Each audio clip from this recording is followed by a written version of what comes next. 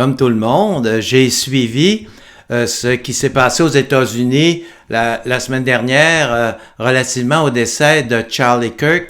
Puis vraiment, je voulais vous en glisser un mot parce que ça touche de près un combat qu'on est après faire au Québec, ou en tout cas des décisions qu'on est après prendre concernant la laïcité.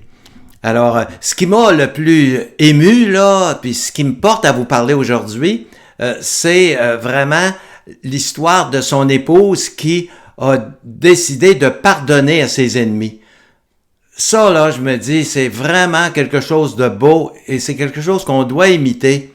Hein? Aimer nos ennemis, c'est ce qui est le plus difficile. C'est difficile d'aimer nos ennemis.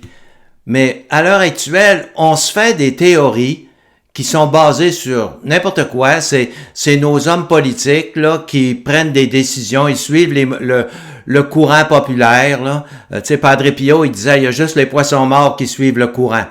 Alors, eux autres, ils suivent le courant populaire. Mais rappelons-nous une chose, là. À toutes les fois dans l'histoire qu'on a oublié la religion, souvent on a imposé aux gens de ne pas faire de religion. Alors, ça s'est produit à la Révolution française, la loi en 1905. Et quand on lit l'Ancien Testament, c'est comme ça d'un bout à l'autre. On impose aux gens, on leur dit non, puis après ça, ils redeviennent religieux, puis après ça, ils retombent. Bon, mais ça marche pas. Rappelez-vous une chose, puis étudiez l'histoire. Tous les grands hommes politiques, les grands qui ont marqué l'histoire, mais ces gens-là avaient un fondement religieux. Pas nécessairement catholique, mais avaient un fondement religieux très fort. Et puis là, actuellement, le mouvement religieux en Europe, surtout, puis là, aux États-Unis, c'est après changé un petit peu, mais dans plusieurs pays, bon, ben, il est pas très fort. Le problème, là, c'est pas de dire la religion, faut séparer ça de la politique. Non, c'est de dire comment on peut vivre ensemble en harmonie. Parce que qui va faire la morale? La morale, elle va venir d'où? Vous avez aussi confiance que ça en nos politiciens pour que c'est eux autres qui nous dictent toute la morale qu'on a à faire dans notre vie?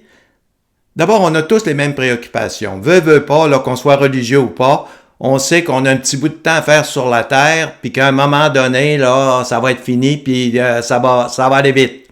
Hein? Alors, on se dit, bon, ben, comment ça va fonctionner? Puis on sait que la religion est importante partout. La Constitution américaine était bâtie là-dessus. Veut pas, ça va peut-être mal aux États-Unis actuellement, là. Mais il reste une chose, là, c'est que ça a été le pays qui a progressé le plus. Hein? Puis ça a été un pays qui était très rapide dans son développement. Puis c'est un pays qui a toujours été très religieux. Dire comme ça, on sépare la religion de la laïcité, puis on s'occupe pas de ça, ça marchera pas. Ils vont le faire un bout de temps, mais toutes les fois qu'ils l'ont fait, là, après, ça a reparti 2 fois plus fort. Hein? La Révolution française, là, ils ont été loin, là. Ils ont tué des prêtres, ils ont tué 3000. Puis finalement, ça a reparti aussi vite.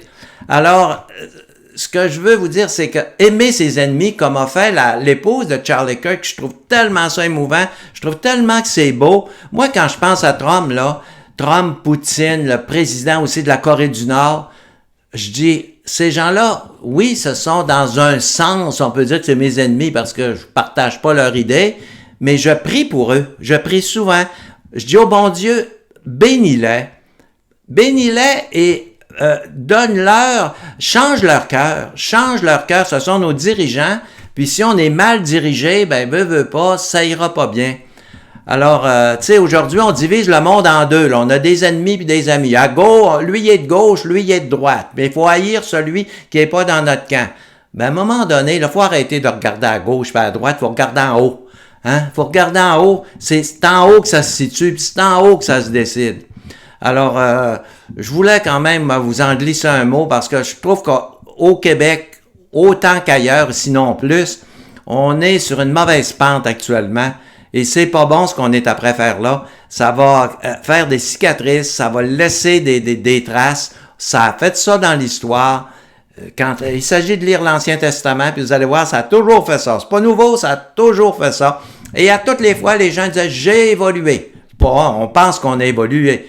Alors, c'est ce qu'on dit aujourd'hui. Bien, c'est pas nouveau, ça. On a toujours pensé qu'on avait évolué. C'est vrai qu'on évolue au point de vue technique, puis tout ça, c'est extraordinaire, ce qu'on est après vivre actuellement. Mais au point de vue moral, pas sûr qu'on évolue, en tout cas dans le bon sens. Alors, je voulais souligner ce beau geste de la femme de Charlie Kirk. Je trouve que c'est un geste qu'on devrait nous-mêmes imiter. Merci.